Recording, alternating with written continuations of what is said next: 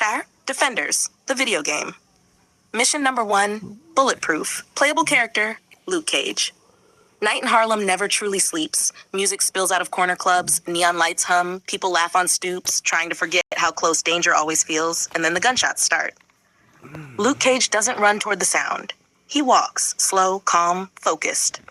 Another burst of automatic fire echoes down 125th Street. A black SUV screeches around the corner, tires burning rubber, masked men hang out the windows, firing wildly at a storefront, a community center that refused to pay protection money.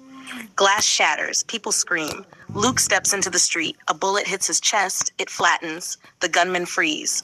Another volley erupts, dozens of rounds pounding into him. His hoodie tears. His skin doesn't.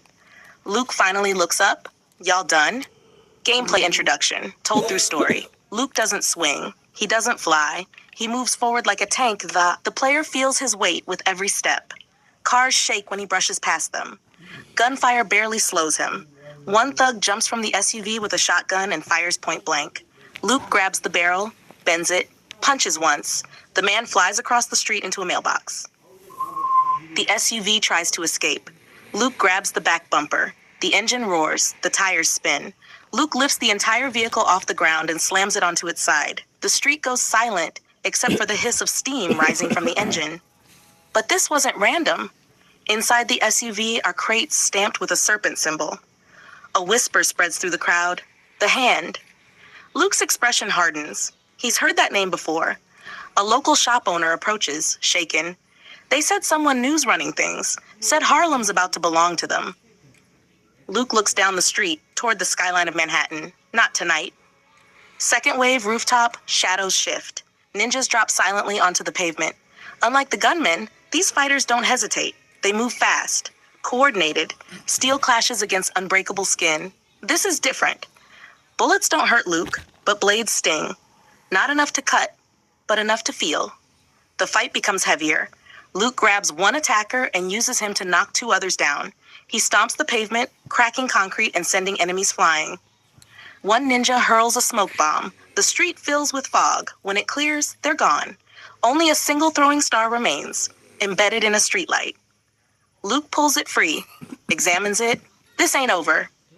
Chat ending cutscene. Later that night, Luke stands on the rooftop of the damaged community center, looking over Harlem. He pulls out his phone, dials a number. It rings once, twice. A voice answers on the other end, calm, measured. Yeah? Luke responds simply, looks like the Hand's back in town. A pause.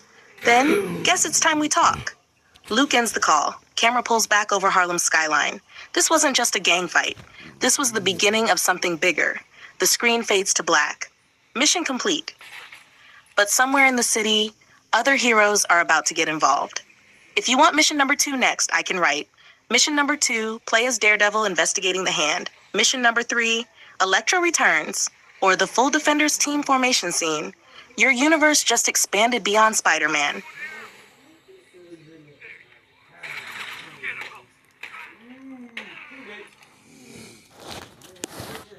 Yeah, sadly we're not doing Daredevil next. We're doing someone much violenter. Defenders, the video game. Mission number 2, one-man war. Playable character, Punisher. Rain falls harder in Hell's Kitchen than anywhere else in the city. At least that's how it feels to Frank Castle. He watches from a rooftop across the street from a warehouse marked for demolition. Lights are on inside. Trucks are parked out back. Men with assault rifles patrol the perimeter. On one crate being unloaded is the same serpent symbol Luke Cage found in Harlem. Frank chambers around in his rifle. They picked the wrong city. Infiltration. Unlike Luke, Frank doesn't walk into gunfire. He studies, counts guards, maps exits. The player feels it immediately. Slower movement, calculated pacing. No superpowers, just preparation. Frank descends the fire escape silently and eliminates the first guard with a suppressed shot. No quips, no speeches, just efficiency. He drags the body into the shadows. Inside the warehouse, crates of weapons are being inspected by men in tactical gear. Some aren't speaking English. Others are clearly former military. Frank's jaw tightens. Mercenaries, combat style. The first firefight erupts when a guard turns too quickly. Alarms blare. Gunfire fills the warehouse.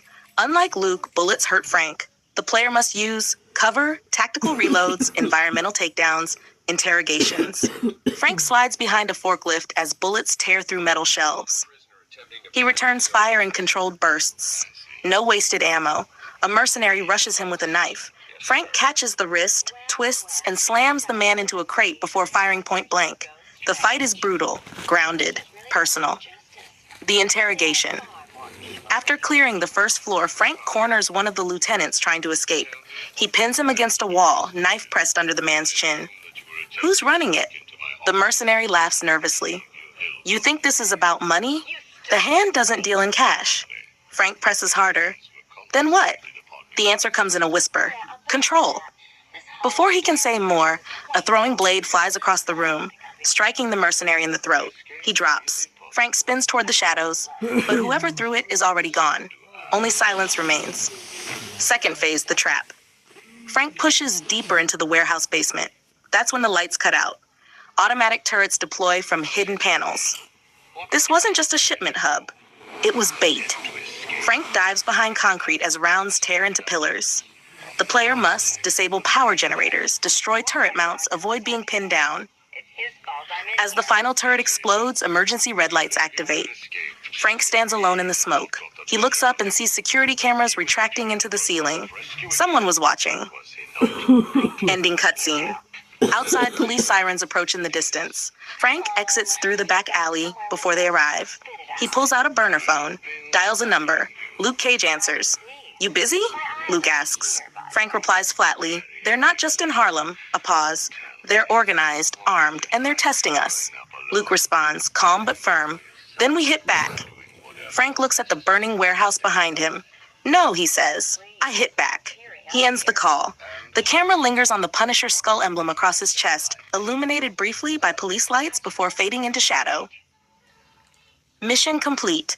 But across the city, the hand now knows. Harlem has a shield, Hell's Kitchen has a weapon, and war is coming. If you want mission number 3 next, I can write.